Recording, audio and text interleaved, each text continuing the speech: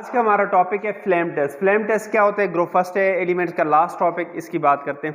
Flame आपको मसलन वो बता रहा है, नेम इंडिकेट कर रहा है कि इसमें हम क्या करेंगे, आग वगैरह फ्लेम का यूज़ करेंगे और मेटालिक एलिमेंट्स है या कोई भी एलिमेंट्स है उसको क्या करेंगे, उसके फ्लेम का जो कलर है उससे हम क्या करेंगे, आइडेंटिफाई करेंगे। इंट्रोडक्शन की बात करते हैं तो flame test is used to detect करने के लिए किसको, प्रेजेंस ऑफ सर्टेन एलिमेंट्स या metallic ions present in the given sample. आपको कोई सैंपल गिवन है तो फ्लेम टेस्ट को हम यूज करेंगे उस सैंपल के अंदर कौन से एलिमेंट मौजूद हैं या कौन सा मेटालिक आयंस मौजूद है, उसको डिटेक्ट करने के लिए हम क्या करेंगे, फ्लेम टेस्ट को यूज करेंगे।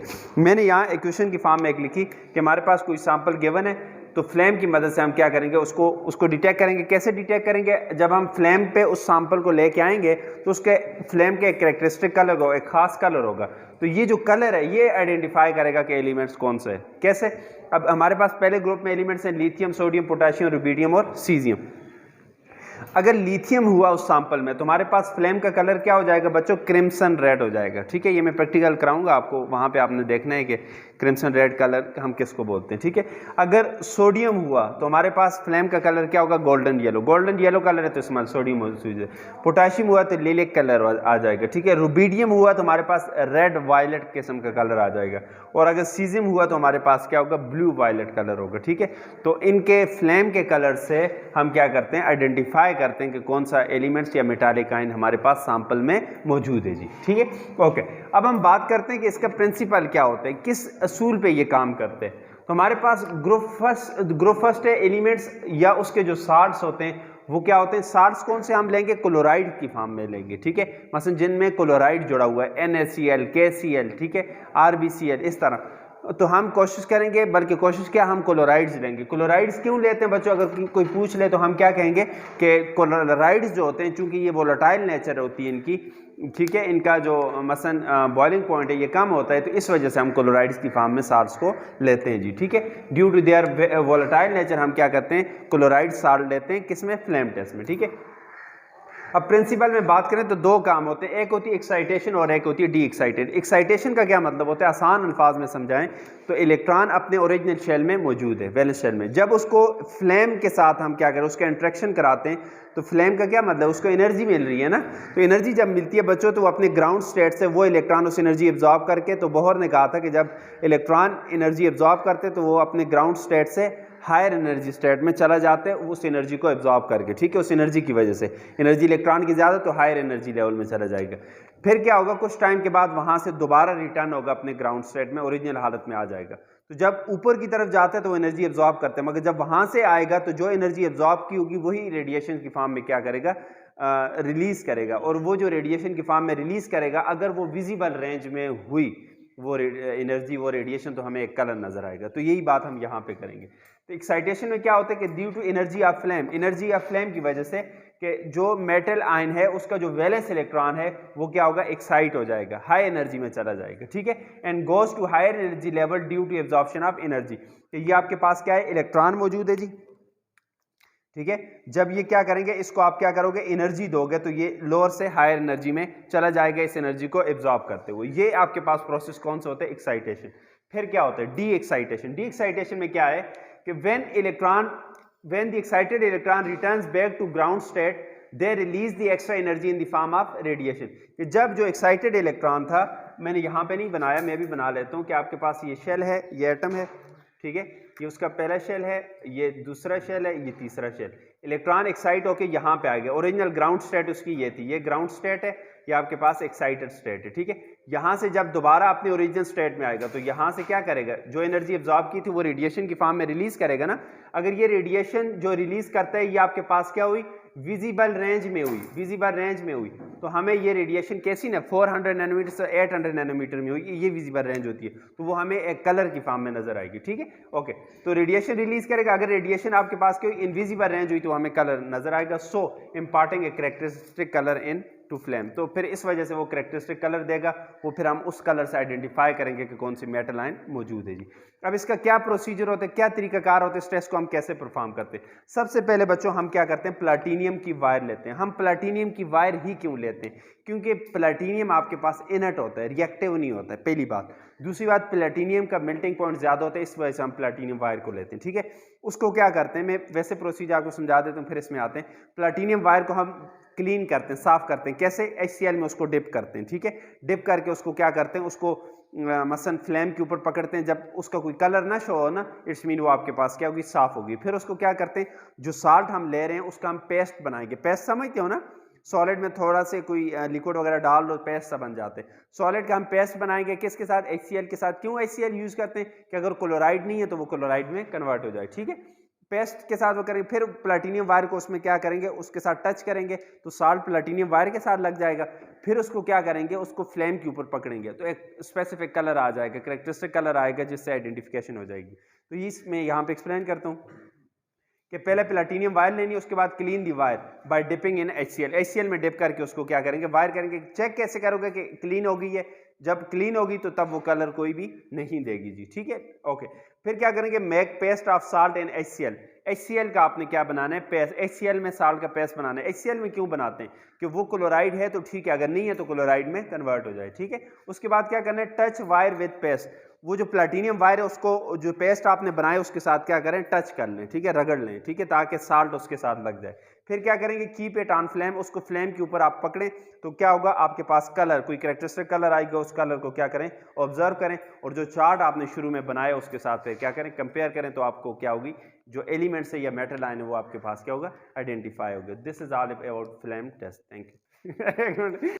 ओके हम बात करते हैं, हमारा नेक्स्ट टॉपिक है ग्रुप सेकंड एलिमेंट्स। मतलब सेकंड जो ग्रुप है इसकी बात करते हैं कि इसमें ग्रुप सेकंड एलिमेंट्स में हम क्या क्या पढ़ेंगे। फर्स्ट ऑफ ऑल इसके मेंबर्स की बात करते हैं, कौन कौन से एलिमेंट्स इसमें होते हैं। तो पहला एलिमेंट्स इसमें होते हैं बेरिलियम, दूसरा मैग्नीशियम, इसी तरह कैल्शियम, स्ट्रॉन्शियम, बेरियम और रेडियम। इन एलिमेंट्स के बारे में इस ग्रुप में हम क्या करते हैं, स्टडी करते हैं, पढ़ते हैं जी, ठीक है। पहले हम बात करते हैं अब इनके एटॉमिक नंबर की। अगर हम बात करें एटॉमिक नंबर इनका क्या क्या होता है, कैसे हम याद करेंगे, तो याद रखें, एक का आपने एटॉमिक नंबर याद करना है बेरिलियम, उसमें 8 जमा करें तो मैग्नीशियम का एटॉमिक नंबर आ जाएगा, उसमें 8 जमा करें तो कैल्शियम का एटॉमिक नंबर, उसमें आप क्या करें 18 जमा करें, 18 जमा करें तो आपके पास क्या होगा, स्ट्रॉन्शियम का atomic number.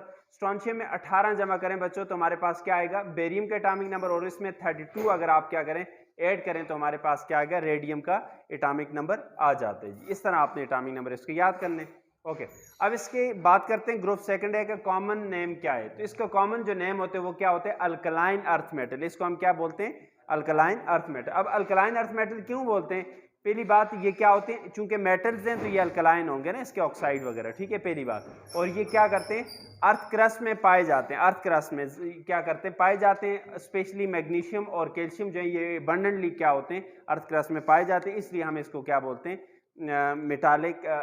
Alkaline earth metal बोलते हैं। इसकी नेचर की वजह से अल्कलाइन, और चूंकि अर्थ क्रस्ट में पाए जाते हैं तो आपके पास क्या, अर्थ मेटल जिसको बोलते हैं, ओके। अकरेंस की बात करें, नेचर में ये कैसे पाए जाते हैं, चूंकि अल्कलाइन अर्थ मेटल्स जो हैं ये आपके पास क्या होते हैं, रिएक्टिव्स होते हैं, इसलिए ये हमेशा हमारे पास क्या होंगी, कंबाइंड स्टेट में पाए जाते हैं, फ्री स्टेट में नहीं। ऐसे एलिमेंट जो रिएक्टिव होते हैं वो कंबाइंड स्टेट में पाए जाते हैं, और ऐसे एलिमेंट जो हमारे पास रिएक्टिव नहीं होते तो फ्री स्टेट में, मसलन आज़ाद हालत में पाए जाते हैं, okay. Number of valence electron की बात करें तो वैलेंस इलेक्ट्रॉन इसमें कितने होते हैं, 2 होते हैं जी, ठीक है, 2 वैलेंस इलेक्ट्रॉन है। और अगर ब्लॉक की बात करें कि ये किस ब्लॉक से बिलोंग करते हैं, तो ये आपके पास alkaline earth metal S block से बेसिकली बिलोंग करते हैं। जनरल इलेक्ट्रॉनिक कन्फिगरेशन, अगर इस ग्रुप सेकंड है की बात करें तो हमारे पास जनरल इलेक्ट्रॉनिक कन्फिगरेशन क्या होगी, NS2 होगी। मसलन इलेक्ट्रॉनिक कन्फिगरेशन एंड होगी किस पे, S सब शेल पे, और उसमें 2 इलेक्ट्रॉन होंगे, N1 2 3 कुछ भी हो सकते, ठीक है, ओके। तो हमारे पास N2 होगा बेरिलियम के लिए, और एंड सो ऑन बाकी एलिमेंट्स के लिए। अब हम बात करते हैं कि जो ग्रुप सेकंड है इसकी इलेक्ट्रॉनिक कन्फिगरेशन कैसे करेंगे। तो पहला एलिमेंट है जिसके एटॉमिक नंबर 4 है, इसकी इलेक्ट्रॉनिक एटॉमिक नंबर 4 है, इसमें 4 इलेक्ट्रॉन होंगे। इसकी इलेक्ट्रॉनिक कन्फिगरेशन कैसी होगी, 1s2 2s2, ठीक है। इसी तरह मैग्नीशियम है जिसके एटॉमिक नंबर 12 है, इसकी इलेक्ट्रॉनिक कन्फिगरेशन कैसी होगी, 1s2 2s2 2p6 और 3s2। इलेक्ट्रॉन को काउंट करें तो 12 पूरे हो जाते हैं। कैल्शियम है एटॉमिक नंबर 20, इसकी इलेक्ट्रॉनिक कन्फिगरेशन कैसी होगी, 1s2 2s2 2p6 3s2 3p6 और 4s2। एंड हो रही है किस पे, 4 पे, ठीक है, s2 पे एंड हो रही है, ओके। नेक्स्ट बात करते हैं स्ट्रॉन्शियम की। स्ट्रॉन्शियम के एटॉमिक नंबर 38। तो इसकी इलेक्ट्रॉनिक कन्फिगरेशन कैसी होगी बच्चों? 1s2 2s2 2p6 3s2 3p6 4s2 3d10 4p6 और 5s2। इसी तरह नेक्स्ट हमारे पास बेरियम है जिसके एटॉमिक नंबर 56 होते हैं। इसकी इलेक्ट्रॉनिक कन्फिगरेशन कैसी होगी कि 1s2 2s2 2p6 3s2 3p6 4s2 3d10 4p6 और उसके बाद 5s2 4d10 5p6 और आपके पास नेक्स्ट क्या आ जाएगा? 6s2 आ जाएगा। ये हमारे पास बेरियम की इलेक्ट्रॉनिक कन्फिगरेशन। नेक्स्ट हमारे पास रेडियम एलिमेंट्स है जिसके एटॉमिक नंबर क्या होते हैं? 88 होते हैं। इसकी इलेक्ट्रॉनिक कन्फिगरेशन कैसे होगी बच्चों?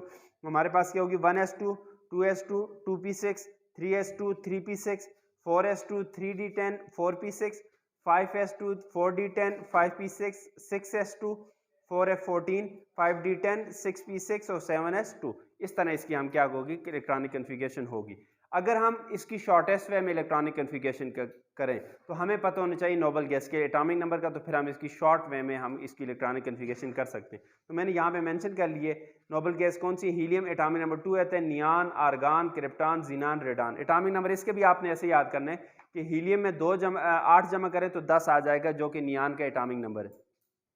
उसमें अगर 10 जमा करें तो 18 आ जाएगा जो कि आर्गान के एटॉमिक नंबर है। और 18 में अगर 18 जमा करें तो 36 आ जाएगा जो कि क्रिप्टॉन के एटॉमिक नंबर है।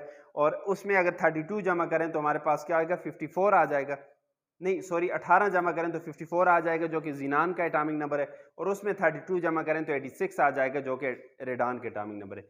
तो चूंकि यहाँ पे बेरिलियम के एटॉमिक नंबर 4 है तो इसके लिए हम हीलियम को यूज कर सकते हैं। हीलियम और आगे 2s2 लिख लिए। हीलियम क्यों? क्योंकि 1s2 इलेक्ट्रॉनिक कन्फिगरेशन किसकी होती है? हीलियम की होती है। इसकी जगह लिखने के बजाय मैंने हीलियम लिख लिया, साथ 2s2।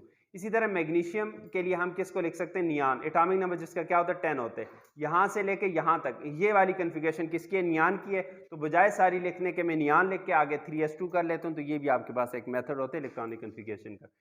कैल्शियम के लिए मैं आर्गान को लिख सकता हूँ जिसके एटॉमिक नंबर 18। यहाँ तक आपके पास 18 इलेक्ट्रॉन पूरे हो जाते हैं। और साथ क्या लिखें?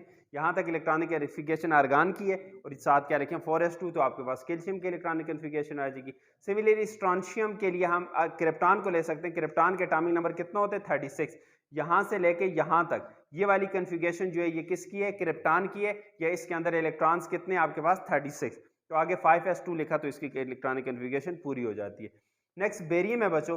बेरियम के लिए हम ले सकते हैं किसको? जीनान को। जीनान के एटॉमिक नंबर 54 होते हैं। तो हमारे यहाँ से लेके यहाँ तक ये सारी कन्फिगरेशन यहाँ तक 54 इलेक्ट्रॉन्स आते हैं। तो ये आपके पास क्या है? जीनान की कन्फिगरेशन और बेरियम की यहाँ तक सिमिलर है। साथ 6s2 लिखा तो इसकी कन्फिगरेशन पूरी हो जाती है। और रेडियम के लिए हम किसको लेते हैं? रेडान को लेते हैं। रेडान के एटॉमिक नंबर 86 है। तो यहाँ तक इस P तक आपके पास क्या होते हैं? 86 इलेक्ट्रॉन्स आते हैं। तो यहाँ तक रेडियम और रेडान की इलेक्ट्रॉनिक कन्फिगरेशन क्या है? सिमिलर है। तो हम बजाय सारी इलेक्ट्रॉनिक कन्फिगरेशन के हम रेडान लिख लेते हैं और साथ हम क्या करते हैं? 7s2 लिखते हैं। तो हमारे पास रेडियम की इलेक्ट्रॉनिक कन्फिगरेशन हो जाती है जी। ओके, अब इससे नेक्स्ट बात करते हैं बच्चों। नेक्स्ट हम क्या बात करते हैं? हम देखते हैं इसके कलर की। तो जितने भी आपके पास क्या होते हैं? हमारे पास ग्रुप सेकंड है के एलिमेंट्स होते हैं, सारे के सारे आपके पास क्या होते हैं? व्हाइट कलर होते हैं। एक ही एक्सेप्शन है जो क्या है? बेरिलियम है। बेरिलियम का कलर व्हाइट नहीं होता, बाकी सबका कलर क्या होता है? व्हाइट होते हैं जी। रिएक्टिविटी की बात करें तो ये हमारे पास क्या होते हैं? क्वाइट रिएक्टिव, अच्छे खासे क्या होते हैं? रिएक्टिव, क्योंकि मेटल्स हैं रिएक्टिव होते हैं। और ये क्या करते हैं? Tarnish in air. Tarnish in air का मतलब क्या होता है कि चूंकि ये मेटल्स होते हैं, लॉट्स इट्स लस्टर। लस्टर या आप इसको क्या कह सकते हो? शाइनिंग। शाइनिंग, जैसे मेटल को आप फ्रेशली कट करो ना, वो शाइन करती है, उसकी सरफेस ना चमक रही होती है। मगर जैसे जैसे उसको एयर में छोड़ दो तो उसकी वो जो शाइनी सरफेस है वो आपके पास क्या होती है? कम होती रहती है। ठीक है, वो फिर शाइनी उस तरह की शाइनिंग उसमें नहीं रहती है। इसी तरह कलर है, तो जब मसलन एयर में वो रहता है कोई कलर वगैरह, तो वो आपके पास क्या होते हैं? थोड़ा सा मसलन वो हो जाते हैं, डिम सा हो जाते हैं। ठीक है, कलर। तो ये क्या होते हैं? लॉस। इसको हम क्या बोलते हैं? टर्निश बोलते हैं, कि जिसकी चमक वगैरह खत्म हो जाती है। ठीक है, अदर प्रॉपर्टीज की बात करें तो हम बात करते हैं density, melting point, boiling point. अगर फर्स्ट ए ग्रुप के साथ हम क्या करें तो सेकंड है कि डेंसिटी, मेल्टिंग और बॉइलिंग पॉइंट क्या होगा? पहले ग्रुप से ज्यादा होगा। ठीक है, आप second A group are higher than first group. First A group से सेकंड ए ग्रुप की जो डेंसिटी है, मेल्टिंग पॉइंट और बॉइलिंग पॉइंट ज्यादा होगा। वजह क्या है? वजह ये है कि बच्चों ये चीजें डिपेंड करती है किसके ऊपर? बॉन्डिंग के ऊपर डिपेंड करती हैं। अब पहले ग्रुप में एक वैलेंस इलेक्ट्रॉन था, और दूसरे में क्या है, 2 वैलेंस इलेक्ट्रॉन है। तो पहले के अंदर मेटालिक बॉन्डिंग वीक होंगी और ये सेकंड ग्रुप के एलिमेंट्स जो होते हैं इनके अंदर मेटालिक बॉन्डिंग क्या होती है, स्ट्रांग होती है। इस वजह से इनकी डेंसिटी, मेल्टिंग पॉइंट और बॉइलिंग पॉइंट पहले वाले से ज़्यादा होते हैं। ये हमारे पास इंट्रोडक्शन था ग्रुप सेकंड एलिमेंट का। Thank you. आज का हमारा टॉपिक है atomic and physical properties of group second elements. Group second elements की जो एटॉमिक और फिजिकल प्रॉपर्टीज हैं उनकी हम बात करेंगे। पहली प्रॉपर्टी है बच्चों हमारे पास, उसको हम बोलेंगे एटॉमिक रेडियस। एटॉमिक रेडियस क्या होता है, मैंने आपको पहले भी बताया था कि ये बेसिकली हमारे पास न्यूक्लियस से लेके वैलेंस शेल तक का जो डिस्टेंस होता है इसको हम क्या बोलते हैं, एटॉमिक रेडियस बोलते हैं, ठीक है। और इसको आर से रिप्रेजेंट करते हैं कि the distance between the nucleus to valence shell of an atom is called atomic radius. के न्यूक्लियस से लेके जो वैलेंस शेल तक का डिस्टेंस होता है उसको हम क्या बोलते हैं, एटॉमिक रेडियस बोलते हैं। अब इसके ट्रेंड की बात करें ग्रुप में, तो जैसे हमने जनरल ट्रेंड की पढ़ा था उसी को ये फॉलो करेगा कि एटॉमिक रेडियस इंक्रीजेज इन ए ग्रुप, ठीक है। ग्रुप में जब टॉप टू बॉटम आते हैं, top to bottom from beryllium to radium, beryllium से लेके रेडियम तक हमारे पास क्या होते हैं, अल्कलाइन अर्थ मेटल होते हैं, सेकंड ग्रुप है एक एलिमेंट। तो टॉप टू बॉटम आते हुए नीचे आते हुए हमारे पास क्या होगा, एटॉमिक रेडियस क्या होगा, इंक्रीज होगा। अब इसका क्या रीजन है, क्यों इंक्रीज होता है? रीजन हमारे पास क्या है कि जैसे जैसे हम नीचे आते हैं तो नंबर ऑफ शेल क्या होते हैं, इंक्रीजेज होते हैं। पहले पीरियड में 1 शेल होगा, दूसरे में 2, तीसरे में 3, चौथे में 4 एंड सो ऑन, ठीक है। इस वजह से नंबर ऑफ एटॉमिक रेडियस क्या होगा, इंक्रीज होगा। नेक्स्ट हमारे पास एटॉमिक प्रॉपर्टीज है जिसको हम क्या बोलेंगे, आयोनाइजेशन एनर्जी। आयोनाइजेशन एनर्जी क्या होती है, मैंने आपको कहा था कि हमारे पास ये क्या है, कोई एटम है और इसके वैलेंस शेल है, यहाँ पे इलेक्ट्रॉन है। इस इलेक्ट्रॉन को यहाँ से निकालना है, उसके लिए हम क्या करेंगे, इसको कोई एनर्जी देंगे, ठीक है। इलेक्ट्रॉन को यहाँ से बाहर निकालना है। ये जो एनर्जी हम प्रोवाइड करेंगे इस इलेक्ट्रॉन को निकालने के लिए, इस एनर्जी को हम क्या नाम देंगे, आयोनाइजेशन एनर्जी। कैसे डिफाइन करेंगे कि amount of energy, minimum amount of energy required to remove the valence electron from the valence shell of isolated gaseous atom, ठीक है। ये उसकी कंडीशन है कि एटम आइसोलेटेड होना चाहिए, गैसियस होनी चाहिए। उस वजह से इलेक्ट्रॉन को निकालने के लिए जो एनर्जी चाहिए होती है उसको हम क्या बोलते हैं, आयोनाइजेशन एनर्जी। अब इसका भी हमने ट्रेंड देखना है कि इसका क्या ट्रेंड है। तो हम अगर बात करें कि when we move from top to bottom down the group from beryllium to radium, beryllium से जब रेडियम की तरफ आते हैं, टॉप टू बॉटम ऊपर से नीचे आते हैं, तो आयोनाइजेशन एनर्जी जो है वो बच्चों क्या होती है, वो हमारे पास क्या होती है, डिक्रीज करती है, कम हो जाती है। अब इसका रीजन क्या है, क्यों कम होती है? रीजन क्या है?